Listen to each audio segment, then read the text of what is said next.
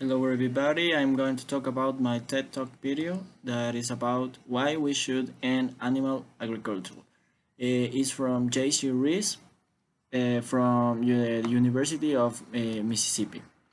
Yeah, the first thing you have to know that he considered that many years from now, our descendants will look back on the use of animals for food, particularly the intense animals suffering in factory farms as a moral atrocity.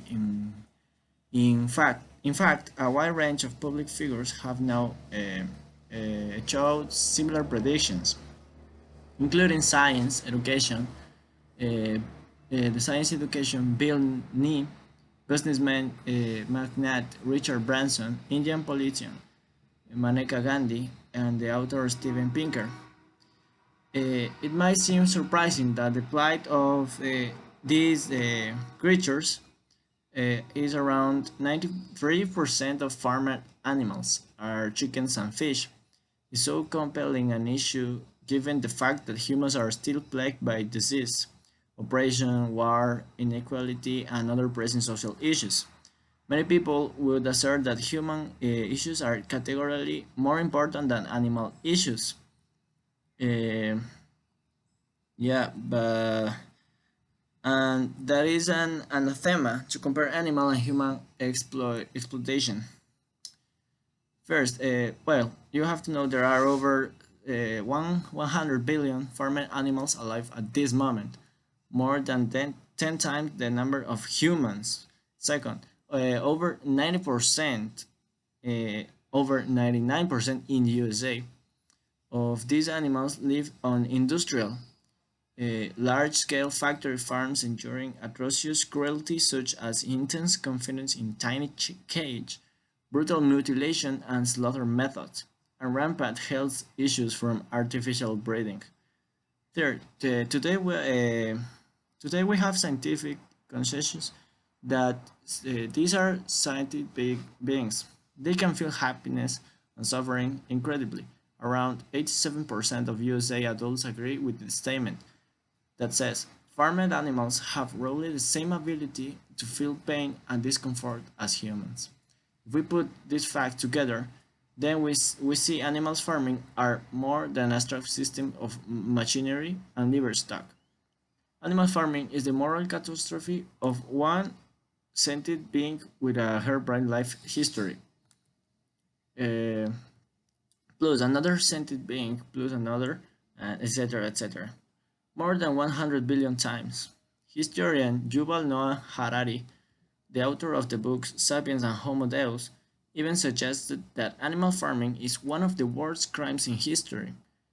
Uh, and also, as Reese says in the video, uh, he believed that even if humanity can muster the moral strength to tackle this issue, there is an ace in the hole for the end of animal farming: sheer inefficiency.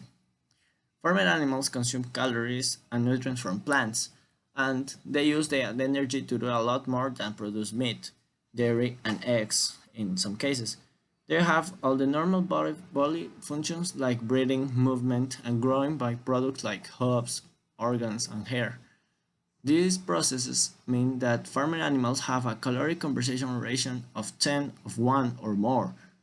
For every 10 calories of food we feed them, we get almost around 1 calorie of meat in return. So you can make the relation in this. And for every 10 grams of plant-based protein, we get almost 2 grams of animal-based protein. This inefficiency is an inevitable consequence of using sentient beings as a food source, and it's the main reason for the environmental devastation. Animal farming is full of waste, both in terms of literal pollution like the tons of chicken manure filling the Chesapeake Bay, and in terms of wasted land, water, energy, and money. Culinary professionals and food scientists are increasingly cutting this waste by taking the contents of animal products, fats, protein, nutrients, water, etc., directly from plants and assembling them into plant-based meat. They are also making cell-based meat, also known as clean meat, which is real animal meat made by grown cells outside of animal's body. This meat is molecularly identical to conventional meat without the ethical and food safety cost. So, a big reason for optimism about the end of animal farming is that it doesn't have to be the end of the meat. We have many kind of choices that we have to make in the future. This is really just another step in a long road of using technology to replace the use of animals. So, from this point, we have to consider some changes about normal meat, as we can say. Think about the horses who were replaced by cars. Cars do the same thing horses do. They move people from one place to other, but without all the crap. In I consider it was in 1898, urban planners met in New York City to tackle the growing problem of streets filling up with over 4 million pounds of horse every day. They tried to find a solution, but within a few decades, cars solved the problem for them due pure efficiency. Horse future generations won't look kindly on our psychology refuge of so-called human animal farms. I like this TikTok video because, as Reese said, uh, it's time to make a change in our normal diet, as we can say, because farmed animals is not now the best option of eating. So as soon as we change our lifestyle, we can groom and be better for the earth.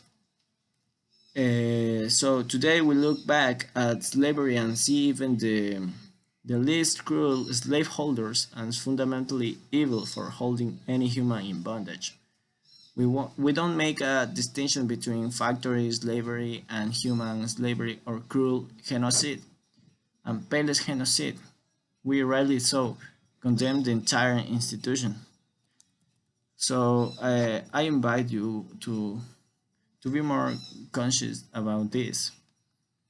Uh, Also, another thing that you have to know: we all love animals, we really do. But the connection children can immediately form with animals before they understand that animal bodies are on their dinner plates, and well before they heard the horrors of factory farming, as nowadays we have. Once animal farming has been greatly reduced, the human-animal connection we see as a renaissance, a rediscovery of its full and complete nature. Because we all know how industrial food are made nowadays, so it's very cruelly and it's like a horror movie. So what are we teaching our children? So just like Reese said, I invite you to change your your thinking to be better for our future generations. This will thank the legacies of modern humans who participate in animal farming, just as we modern humans condemn our ancestors for atrocities we feel we have transcended today, such as slavery, genocide, sacrifices, and the worst forms of human oppression like slaves, or all that kind of stuff. So there won't be anything holding back in 22 century humans from condemning the humans of 2019. From their point of view, it will seem barbaric and evil that anyone once confined animals in tiny cages, cut their beaks and tails off without anesthetic, and forced them to live in filthy and disease, as we nowadays are making. So I invite you to be more. to improve in this topic and be better for the future generations. Thank you.